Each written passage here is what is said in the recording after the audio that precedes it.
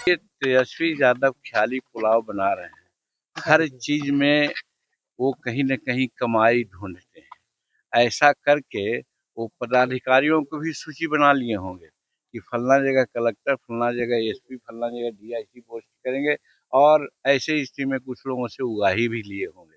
उसी तरह से मंत्रिमंडल का भी एक शैडो बना लिए होंगे, और मंत्री जिसको बनाने की बात है उससे भी कुछ पैसा लिए होंगे। तो उनका ये लेने का, ये सब करने का एक आदत है कि नीतीश कुमार का चेहरा को ही सामने रखा जाए चीफ मिनिस्टर के रूप में। और हम धन्यवाद देते हैं एनडीए के लोगों को कि अब सब लोग यही कह रहे हैं कि हमारा चेहरा नीतीश कुमार ही है चीफ मिनिस्टर का। नमस्कार, आप देख रहे हैं न्यूज 4 नेशन। मैं रंजीत कुमार। केंद्रीय मंत्री जीतन राम मांझी ने एक बार फिर तेजस्वी यादव को लेकर बड़े सवाल खड़े किए, क्योंकि उन्होंने कहा कि तेजस्वी यादव लगातार ख्याली पुलाव पकाते रहते हैं। अब मन ही मन में कागज पर आईजी और डीआईजी का ट्रांसफर ऑर्डर भी पास कर लिए होंगे। उन्होंने ख्याली पुलाव बनाते हुए कहा कि एनडीए की सरकार बनने जा रही है, 160 सीट पर एनडीए की सरकार बनेगी, मगर आने वाले समय में ये देखने वाली बात है कि नीतीश कुमार ही बिहार का सीएम। क्या कुछ कह रहे हैं केंद्रीय मंत्री जीतन राम मांझी, पहले इनके बयानों को सुने। क्या कहना चाहिए? देखिए, भारत का जमहूरियत जनतंत्र की यही विशेषता है कि एक वोट राष्ट्रपति को देना होता है, और एक ही वोट का अधिकार सार्वजनिक आदमी जो सर्वसाधारण है उसको देना होता है। हम भारत सरकार के मंत्री हैं, एक अलग बात है, लेकिन हम महकार गांव के निवासी हैं। यहाँ के मतदाता सूची में 399 नंबर पर मेरा नाम है, और इस कारण से हम यहाँ पर अपना वोट कास्ट करने के लिए आए, मतदान देने के लिए आए। मतदान दिया और आपके बीच में हैं। और जहाँ तक मतदान की बात है, हम लोग एनडीए के लिए वकालत करते रहे हैं। एनडीए के पक्ष में कम से कम 2-3 दर्जन मीटिंग भी किया है। और फर्स्ट जो फेज में चुनाव हुआ है, उस चुनाव में 65% मतदान हुए हैं, और उसमें 70% महिलाओं का योगदान रहा है।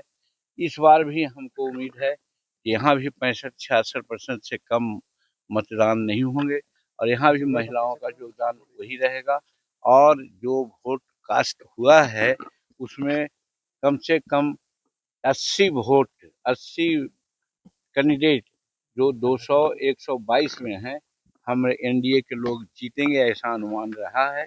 यहाँ भी हमारे घर पर भी अधिकांश वोट एनडीए को मिला है। यहाँ कोई जोर जुलूम नहीं है, सब लोग अपने मन से जिनको मन होता है लोग वोट देते हैं, कहा नहीं जाता है। और जैसा कि हमको बताया गया कि यहाँ पर आधा से ज़्यादा वोट एनडीए को मिला है, बाकी और लोगों को मिला है। एज ए होल अत्रि क्षेत्र की जो सूचना है अभी तक के 2 बजे तक के हमको मिल रही है, सब जगह 70% से ज़्यादा वोट कास्ट हो रहा है, शांतिपूर्वक वोट कास्ट हो रहा है। कल थोड़ी सी घटना लोग घटा दिए हैं, वो अत्रि में ही निमचे गोछानी में ही हमारे गांव के एक धीरज नाम करके, और बगल में बिहटा गांव के है श्रवण मांझी, उन लोगों को लोग बुरी तरह से मारा पीटा है, हॉस्पिटलाइज थे, वो लोग आ रहे हैं। और इससे भी साबित होता है कि जो विपक्षी है इसके दिमाग में बात आ गई है कि अब हम हार रहे हैं, तो लास्ट जो रिसोर्ट है जिससे कि टेरोराइज हो जाए जनता, मतदाता न वोट दें, वैसे प्रयास कर रहे हैं। लेकिन हम धन्यवाद देते हैं प्रशासन को।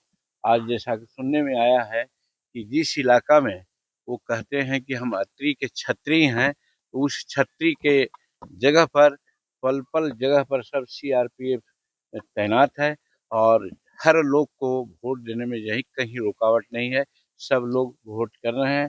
और यही कारण है कि अत्रि में भी हम लोग समझ रहे हैं कि 70-80% वोट हम लोगों के पक्ष में होगा, और यहाँ से भी एनडीए के उम्मीदवार जीतेंगे। तेजस्वी यादव ने कहा है कि 18 तारीख को हम शपथ ग्रहण ले रहे हैं। देखिए, तेजस्वी यादव ख्याली पुलाव बना रहे हैं। हर चीज में वो कहीं न कहीं कमाई ढूंढते हैं। ऐसा करके वो पदाधिकारियों को भी सूची बना लिए होंगे कि फलना जगह कलेक्टर, फलना जगह एसपी, फलना जगह डीआईजी पोस्ट करेंगे, और ऐसे स्थिति में कुछ लोगों से उगाही भी लिए होंगे। उसी तरह से मंत्रिमंडल का भी एक शैडो बना लिए होंगे, और मंत्री जिसको बनाने की बात है उससे भी कुछ पैसा लिए होंगे। तो उनका ये लेने का, ये सब करने का एक आदत है। लेकिन सच्चाई यही है कि यहाँ महागठबंधन की सरकार की कोई दूर दूर तक संभावना नहीं है। सारी बात हो रही है, सभी मीडिया के लोग भी अब बात ऐसा करने लगे हैं कि 14 तारीख को जो रिजल्ट होगा वो एनडीए के पक्ष में होगा। कितना सीट आएगी सर? अब हमने कहा है कि कम से कम 160 सीट एनडीए को मिलेगा।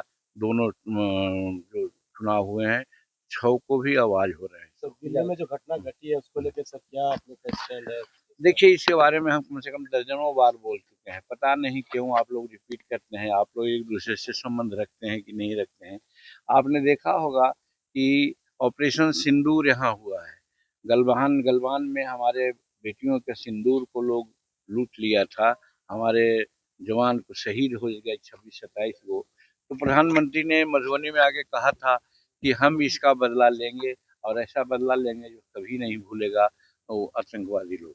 और देखा कि ऑपरेशन सिंदूर नाम करके घटना घटी और सारे आतंकवादी अड्डा जो पाकिस्तान में थे सबको एक तरह से नष्ट नाबूद कर दिया। और उसी में से भागे हुए लोग हैं जो बाहर से नक्सलिज्म चलाते हैं। और दूसरी बात यह है कि अभी संसार में सबसे ज्यादा नक्सलिज्म के प्रति मुखर हैं तो हमारे प्रधानमंत्री नरेंद्र मोदी जी, कि हर तरह से नक्सलिज्म को खत्म किया जाए। वो हम लोगों के जो स्वतंत्रता है उस पर वो आघात करते हैं।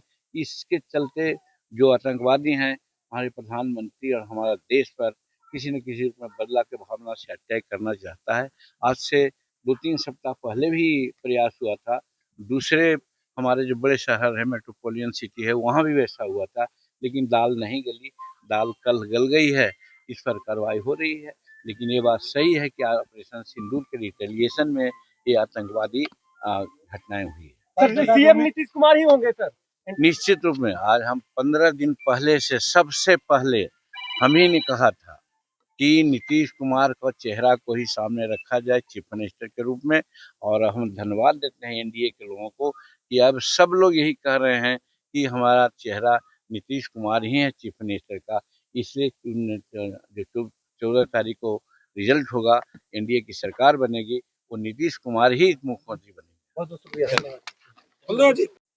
आपने सुना कि केंद्रीय मंत्री जीतन मांझी ने लगातार एनडीए के पक्ष में कहा जो घटना अत्रि विधानसभा में क्षेत्र में हुई थी उसको लेकर निंदा और प्रशासन के चप्पे चप्पर पे व्यवस्था पर उन्होंने बहुत कुछ कहा। आप देख रहे थे न्यूज़ 4 नेशन, तब तक के नमस्कार। किरण के साथ जाग उठा बिहार, हर मत बने नई उम्मीद, हर कदम जिम्मेदारी।